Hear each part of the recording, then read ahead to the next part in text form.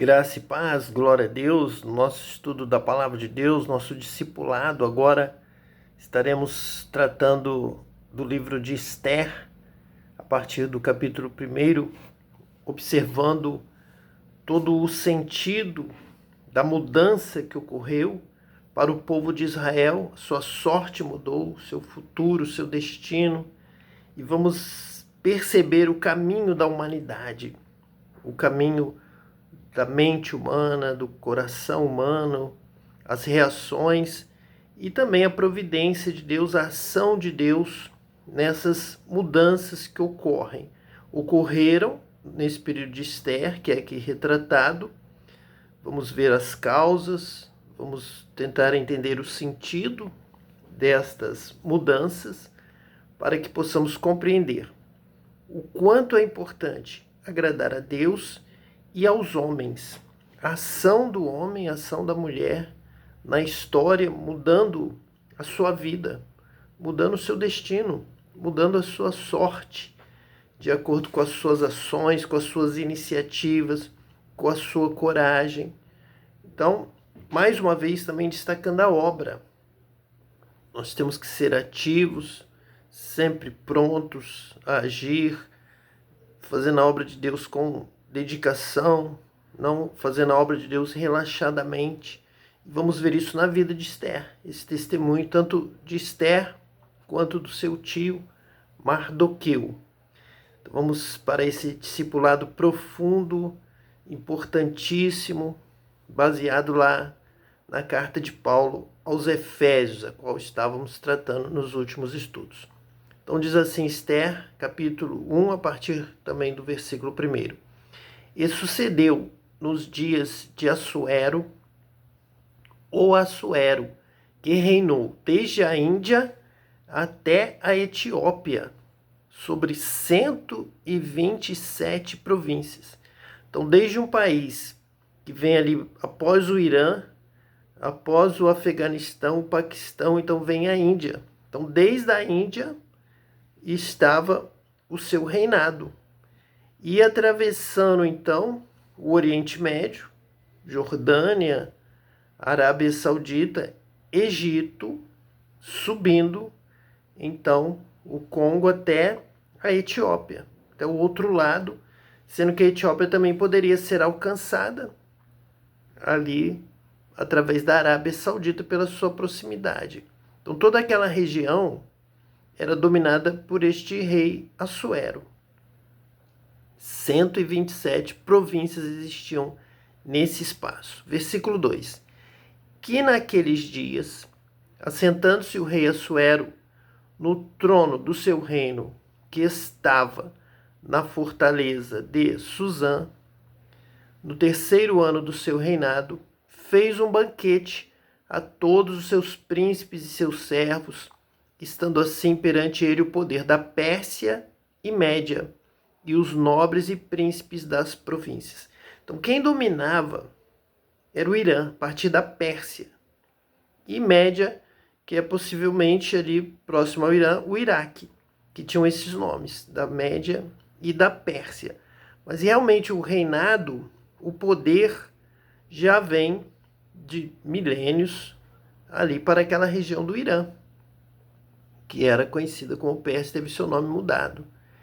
E chega um momento em que sobe ao coração do rei, de vários reis, de vários impérios, de várias épocas diferentes, mas também de Assuero, é algo inerente à mente humana. Nós vamos aqui avaliar muito o homem, a mulher, o seu sentimento, o seu pensamento, sendo importante isso. A própria palavra de Deus nos chama a atenção para cair na graça de Deus e dos homens. Existe uma forma dos homens perceberem as coisas, perceberem o certo, o errado, darem valor a alguma coisa, lutarem por alguma coisa, exercerem poder, serem escravizados. Existe uma reação do homem quando chega uma boa notícia, quando eles percebem boas intenções ou más intenções. Então, aqui é o coração do homem fazendo planos, é o coração do homem realizando festas, realizando desejo de destruição dos seus inimigos para se manter no poder. E aqui então o coração do rei, mais uma vez, como aconteceu lá, por exemplo, em Daniel com os reis da Babilônia, se exaltando. Ele é dono de um reinado que vai da Índia até a Etiópia. Que grande império, que grande área. Nós conhecendo o mapa mundi, conhecendo todos os países ali, nós sabemos da grandeza deste império, que já era a partir do Império Persa, do Irã. E ele, então, tem essa vontade de celebrar as suas conquistas, celebrar a sua grandeza, de se exaltar, exaltar sobre os outros povos, mostrar-se para as nações, publicar os seus feitos. Então, ele resolve fazer um banquete, já no 3º ano do seu reinado, bem próximo da sua posse, quando ele assumiu o reino, ele resolveu fazer este banquete. E chama ali os que exerciam o poder próximo a ele, as províncias próximas, o poder da Pérsia e Média, mas também, com certeza, enviou cartas para os mais distantes, os principais, e os nobres e príncipes das províncias. Ele reinava sobre 127 províncias, então tinha um grande público também para ver o que ele estava mostrando, a sua exaltação, celebrando o seu poder humano. Versículo 4. Para mostrar as riquezas da glória do seu reino e o esplendor da sua excelente grandeza, por muitos dias, a saber, 180 dias. Então, 6 meses de celebração. Ele queria mostrar as riquezas da glória do seu reino e o esplendor da sua excelente grandeza. O próprio escritor, ele faz uma leitura da mente, do coração do homem, do rei Assuero, e diz que o homem quer mostrar, o homem quer celebrar a sua grandeza, as suas conquistas, o seu poder. Então não adianta ficar vivendo neste poder se ele não puder se mostrar, se os outros não lhe aplaudirem, se ele não se sentir com essa superioridade, a excelência da sua grandeza, o esplendor da sua excelente grandeza. Então, está aqui um homem exaltado e veja o que vai acontecer. A partir desse desejo de se exaltar, coisas serão movidas, situações diferentes vão fugir do seu controle. Ele levanta, ele se exalta, então ele se torna também visível, vai se tornar alvo. Ele vai ter que lidar com mudanças, desde a sua esposa, a sua família, a sua própria casa, até os demais que vêm, que são obrigados a sair de províncias tão distantes, desde a Índia, passando então pela Pérsia, indo até a Etiópia. Pessoas em momentos indevidos para eles, terão que sair lá da sua província distante para vir até o Irã, até a Pérsia.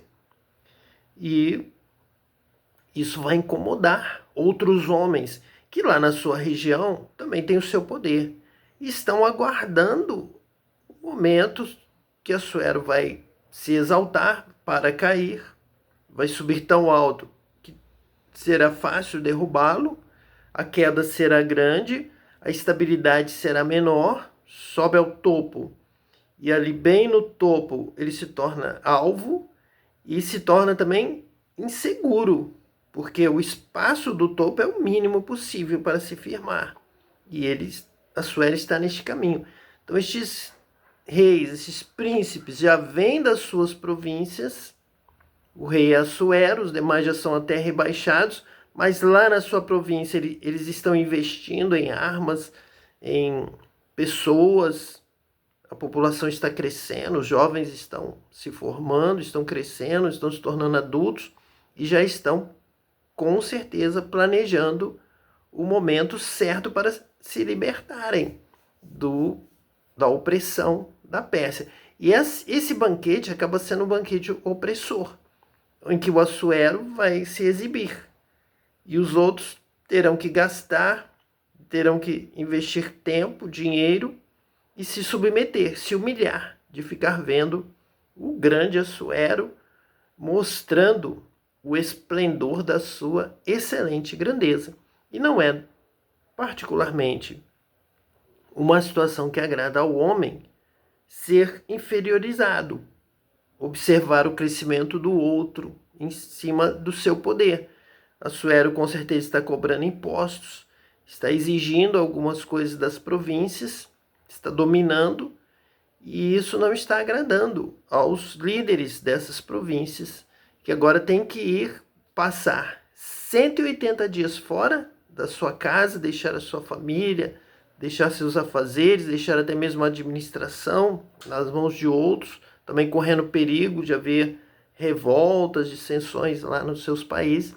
Então a situação que Assuero está preparando é uma situação perigosa para ele mesmo. Versículo 5. E acabados aqueles dias, fez o rei um banquete a todo o povo que se achava na fortaleza de Suzã, desde o maior até o menor, por 7 dias, no pátio do jardim do Palácio Real. Então podemos assim entender que após 180 dias de reunião, de exaltação, em que Assuero contava suas vantagens, contava suas conquistas, contava o poder do seu reino, chamando e advertindo os demais líderes das 127 províncias, falando que era importante manter a união para manter o fortalecimento, o crescimento, o domínio, e que isso seria bom para eles, e talvez exortando para que jamais levantassem qualquer movimento contrário, qualquer revolução, qualquer situação para dividir o reino. Então, após passar 180 dias, o rei Assuero resolveu realizar um banquete no pátio. Então, agora, a situação muda. Ao invés de ser assuntos administrativos, políticos, econômicos ou militares, passou a ser simplesmente comida e bebida. Um banquete, um grande banquete. No pátio, um espaço amplo, livre, e ali estavam. E ele resolveu então se exaltar convidando todos, desde o maior até ao menor, por 7 dias. Talvez querendo mostrar-se generoso com todos, misturando então tanto os príncipes, os líderes das outras províncias, quanto os seus funcionários, as pessoas que estavam ali cuidando do palácio, cuidando da área administrativa ali na Pérsia. Versículo 6. As tapeçarias eram de pano branco, verde e azul celeste, pendentes de cordões de linho fino e púrpura, e argolas de prata e colunas de mármore, os leitos de ouro e de prata, sobre um pavimento de mármore vermelho e azul e branco e preto. Então veja que aqui o escritor mostra o que Assuero preparou. As cores, os tapetes, as argolas, os enfeites, as colunas, tudo muito colorido, muito enfeitado, com linho fino, com púrpura, com materiais nobres. E fala dos leitos de ouro e de prata. As pessoas, para ficarem ali 7 dias, elas dormiam ali em leitos em um pavimento de mármore, vermelho, azul e branco e preto. Então, dia e noite, elas tinham que estar experimentando as riquezas de Assuero, do reino de Assuero, e da sua sabedoria, e de como ele sabia ornamentar, nos fazendo lembrar lá de Salomão, da sua organização, que tanto impressionou também a rainha de Sabá, lá da região da Etiópia. Então nós temos aqui também Assuero com essa predisposição de impressionar os que vieram de outras províncias, e que com certeza nessas províncias distantes não tinham todo este material, não tinham toda essa riqueza, não tinham toda essa beleza.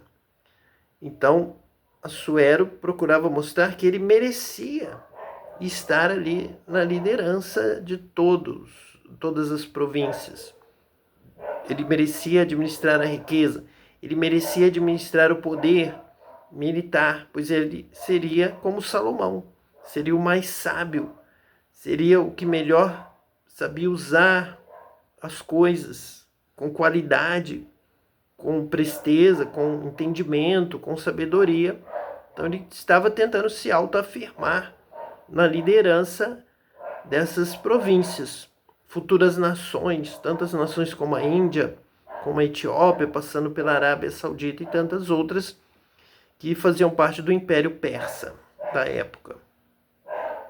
E o versículo 7 diz assim: e dava-se de beber em copos de ouro, e os copos eram diferentes uns dos outros, e havia muito vinho real, segundo a generosidade do rei. Então ele também procurava se estabelecer, ser reconhecido como alguém que merecia liderança, porque ele distinguia cada um, ele entendia o problema, a realidade de cada uma das 127 províncias. Tanto é que o texto diz que ele tinha copos de ouro diferentes uns dos outros. Ele reconhecia as diferenças, ele saberia resolver os problemas das 127. Ele tinha tal capacidade. Então, realmente, ele mereceria administrar, ser o governante para sempre. Ele merecia o apoio. E da exaltação do seu poder vem também a manutenção, o propósito de confirmar o seu reino, de não haver ninguém duvidando da sua grandeza e da sua capacidade maior de cuidar dessas 127 províncias. Então todos os copos eram diferentes e havia muito vinho real. Aqui surge a primeira referência ao vinho. E o vinho vai fazer parte de toda a sequência do livro de Esther. A presença do vinho. O vinho vai dar uma conotação a mais à história do homem. Porque além dele querer falar, dele querer mostrar, demonstrar sua inteligência, ele querendo confirmar o seu poder, a sua capacidade de ser o rei, só ele mesmo para organizar de tal forma as coisas e mostrar que ele conhece o nome, a realidade de cada uma das províncias, dá copos diferentes, então ele sabe das necessidades, das diferenças e vai suprir, vai cuidar, deixem ele na liderança, mas ele inclui nessa festa muito vinho para que haja a alegria. Então aqui nós fazemos aquela referência a Efésios, aos cânticos espirituais, a alegria, a festa também presente em Filipenses e grande parte do Novo Testamento. Jesus mesmo, a ceia, uma festa, uma celebração onde há vinho, onde há pão. E Jesus diz que vai beber novamente o vinho no reino de Deus, nas bodas do Cordeiro, na festa. Então, festa, alegria é vitória. Poder ter vinho para o reino de Deus é celebração de conquista. O primeiro milagre de Jesus é transformar a água em vinho. Jesus vai na festa, nas bodas de Caná. E aqui também o rei Assuero está nessa perspectiva, dessa cultura, desta região que planta, que tem a videira como alimento. A videira verdadeira, a videira do vinho, da vida. Porque tanto alimenta quanto sacia a sede, é completa. A uva produz tanto o alimento de várias formas, como também se transforma em líquido, em vinho, que vai permanecer a pessoa viva bebendo do vinho. E o vinho também tem várias características, nós vamos trabalhar aqui, porque o livro de Esther coloca o vinho surgindo aqui no meio da festa, o vinho real, segundo a generosidade do rei. Então todos quando bebem e ficam alterados, ficam alegres e se agradam do rei também, porque o rei fornece vinho à vontade, muito vinho. Então as pessoas bebem e já começam a exaltar o rei, já começam a celebrar, ficam alegres, ficam mais alegres. Então a festa melhora o nível. É como no casamento que Jesus ali transforma água em vinho e todos ficam felizes e dizem: esse vinho que ele guardou é o melhor. Todos costumam servir primeiro o melhor vinho e este homem serve agora o melhor vinho, é o vinho da alegria de Jesus. E Jesus mesmo vai falar do vinho novo, dos odres velhos, e que o vinho, ele com o passar do tempo, ele vai melhorando, ele vai se aperfeiçoando. Então a festa também, à medida que vai se dando vinho para os convidados, a festa vai melhorando. A alegria, começam a dançar, começam a cantar de alegria, porque o vinho vem trazer essa renovação de vida. E ele próprio, à medida que passa o tempo, ele não piora, ele melhora a sua qualidade. E o rei, então, com isso, demonstra generosidade. Ele quer realmente confirmar o seu reino, que todos o apoiem, o aprovem e reconheçam que nenhum outro rei é tão generoso quanto ele, que dá vinho em copos de ouro, copos diferentes e muito vinho. Versículo 8. E o beber era, por lei, sem constrangimento, porque assim tinha ordenado o rei expressamente a todos os oficiais da sua casa, que fizessem conforme a vontade de cada um. Cada pessoa iria beber sem constrangimento, à vontade. Deem vinho à vontade. Cada um vai beber o quanto quiser, o quanto suportar. Então essa festa vai crescer, essa celebração será total, será o máximo, até que todos estejam no máximo da euforia. E essa euforia, causada pelo vinho, vai voltar na conta do rei. A memória, a festa, as palavras que serão ditas após beber-se muito vinho. O beber era, por lei, sem constrangimento. Não vai impedir ninguém, ninguém vai ouvir: você já bebeu demais, você está bebendo muito.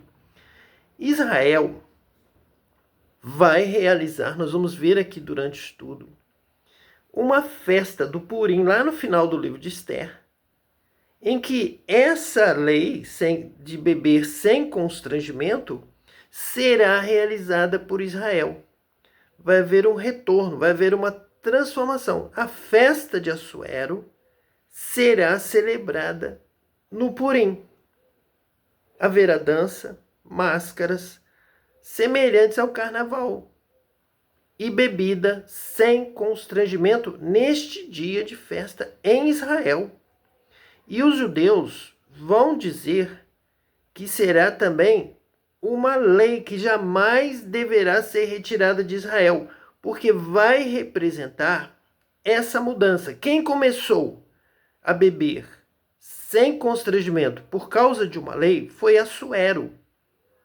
Foi justamente o governo da Pérsia, do Irã, que estava prestes a cumprir uma lei de exterminar os judeus. Nós vamos ver isso através do decreto do rei, que Amã conseguiu esse decreto. Mas o rei diz: Israel pode reverter este processo. Israel pode matar os seus inimigos antes de ser morto. E foi o que aconteceu.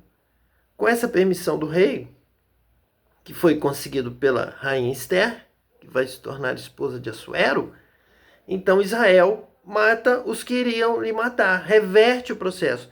E Israel, então, resolve criar uma festa, também da mesma forma que Assuero tinha criado. Haverá uma lei para beber, festejar, celebrar, e vão beber sem constrangimento. Israel, que também bebe vinho, traz a videira do Egito, Deus manda trazer o vinho, ter o vinho na festa, ter o vinho no casamento, o vinho sempre presente para ampliar a alegria da festa, sem chegar a se embriagar. Então, nesse dia, existe uma lei em que se abre o precedente para que todo judeu, na festa do Purim, beba sem constrangimento. Porque Assuero tinha promovido uma festa para se beber sem constrangimento, está escrito aqui na palavra de Deus, em Esther, por lei. Então Israel resolve trazer essa lei para ele. Uma lei que essa festa será celebrada todo ano. Vamos ver a data, o dia, o mês, o tempo, será celebrada. E ninguém, jamais, na história, poderá abolir essa festa. Então Israel tem até hoje. Eles saem pelas ruas e eles têm também a intenção de beber, se alegrar, celebrar ao máximo, sem constrangimento, e haver uma mudança.